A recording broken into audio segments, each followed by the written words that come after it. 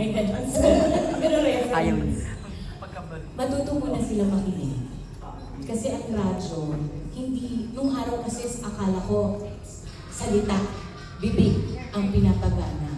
Sa radyo, mas pinapagana ang tenga. Kasi kailangan naririnig mo ang sarili mo, unang-una. Kailangan, at dapat balanse ang pananaw mo sa sarili mo. Isa kang pwede mong gamitin yung sarili mo na sa audience point of view at yung sarili mo as an anchor. Makikinig ka rin sa kausap mo. Parang tama ang sinasagot mo at tama ang sinasabi mo. Nasa linya kayo, parehas kayo ng utak na binabaybay. At makikinig ka rin sa tunog mo.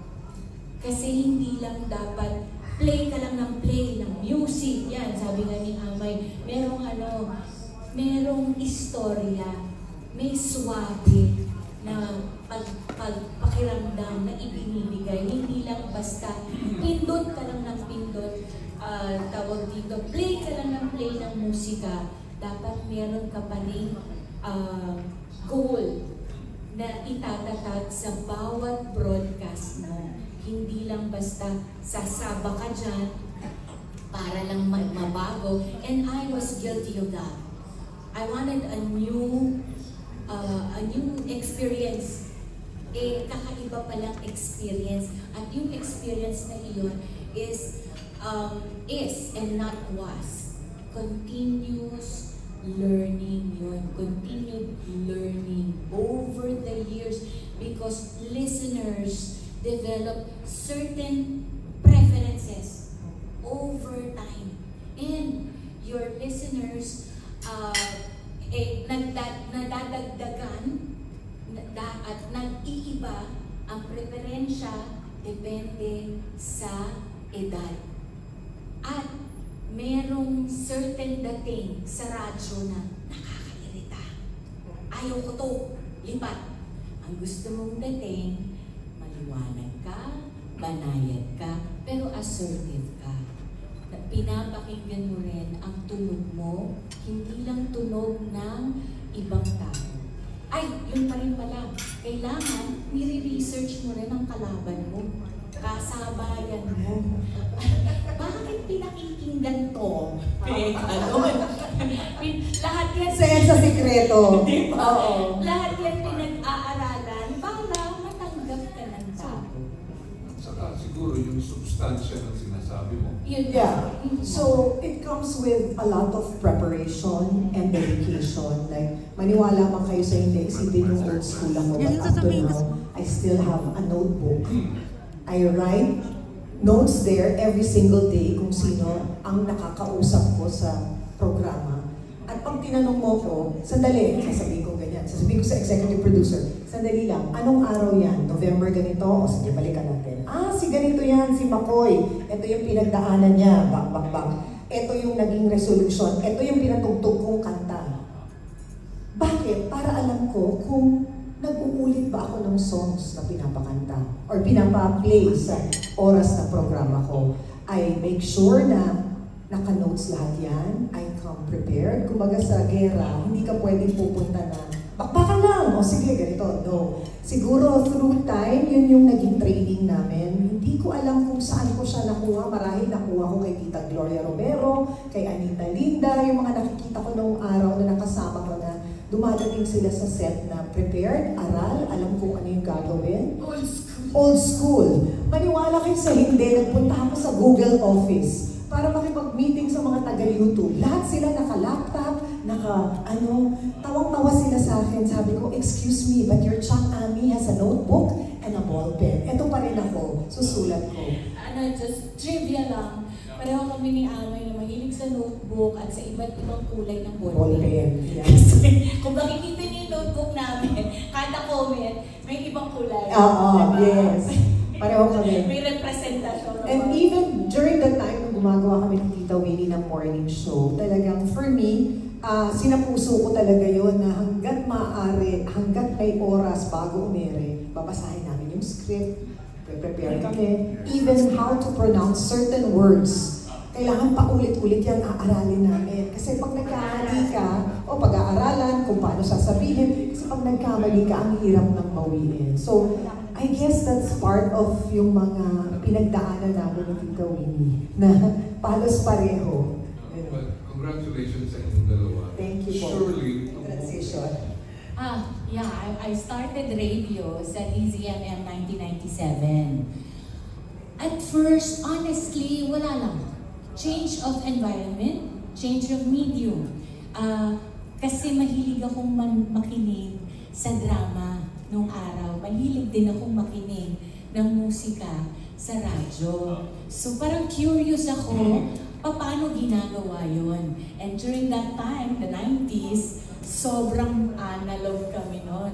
Yung mga tapes namin, from commercials, from time checks, to AOBs, to spills, dala-dala namin at manual namin sinasalang sa player.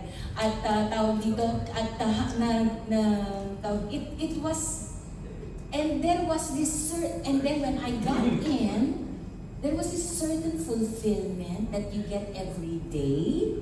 Kasi pagka, hindi ko naman sinasabi na hindi ko nagustuhan ang pag-arte dahil ibang klase rin namang experience, lalo na pagka nahawakan ka ng premyadong mga direktor. Diba? Iba-iba rin ang tema sa bawat pelikula, iba't ibang tao nakakasama mo. Kaya lang, sa radyo kasi, sa isang oras na pagbo-broadcast, yun.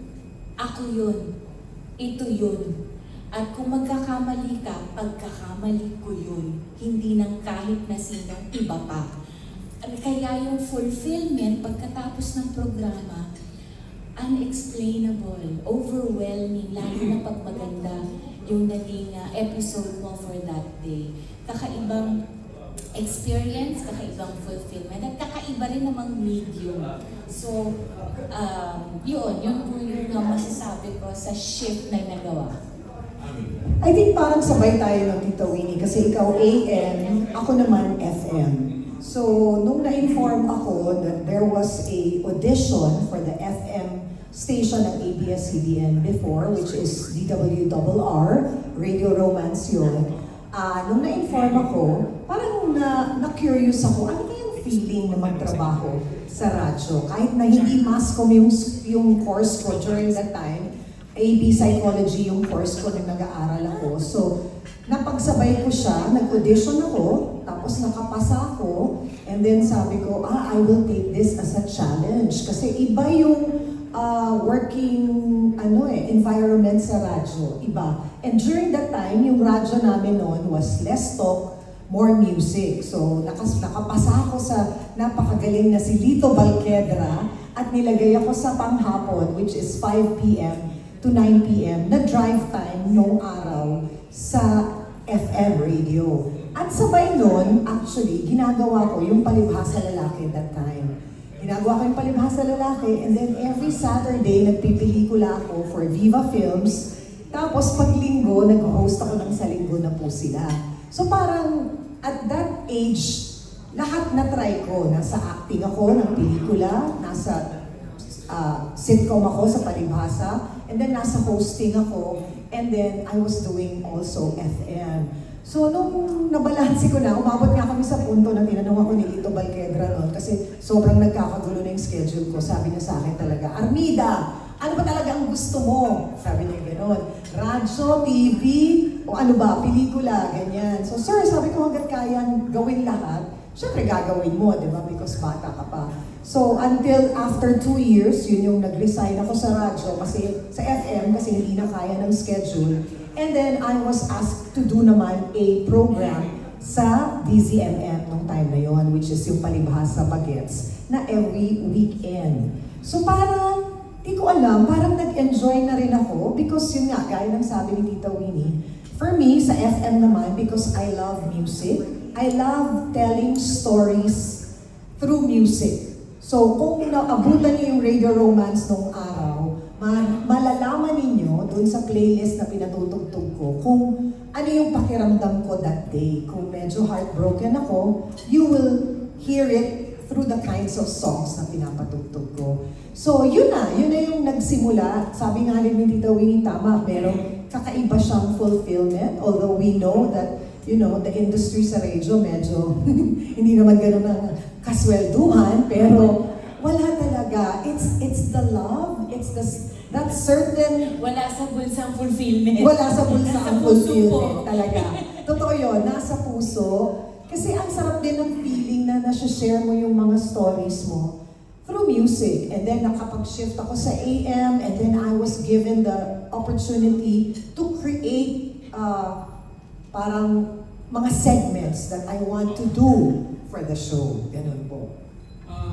I'm sure there are other Beginning. Opo, beginning na naririyan kayo at sumusuporta sa aming bagong himpilan, bagong puntahan ng bayan, ang DWPM, Radyo 630 at Teleradyo Servicio. It's a Thanksgiving actually para po doon din sa mga, hindi lang sa mga kaibigan natin sa press, kundi doon po sa mga kaserbisyo namin na hanggang ngayon ay very loyal at sinundan kami at patuloy kaming sinusuportahan dito po sa DWPM. Well, of course, I'd like to congratulate the two of you for having... Alas 10:30 hanggang alas 11:30, ito po yung pinamagandang Tatak Serbisyo. Ito po ang isa sa mga public service programs ng DWPM. Ang toka ko po sa oras na iyon, kami po ay may mga panawagan mula sa aming mga alaga. Yun po ang tawag ko sa kanila, mga batang may sakit, merong CKD stage 3, may leukemia, merong congenital heart disease, etc. Hindi lang mga bata, mga middle age at mga damats na rin po na kasalukuyang lumalaban sa kanilang mga nararamdamang sakit. Tapos po, nangihingi po kami ng donasyon mula po sa mga kaserbisyong nakatutok sa amin sa mga oras na iyon na hindi naman po talaga kami binibigo. Yan po ang Tatak Serbisyo. Meron din po kami talakayang medikal, meron din kaming talakayang serbisyo din naman for amin. Pwede niyo po bang i-share sa aming lahat ang inyong mga programa at mga advokasya nito? Ayan, ako na una.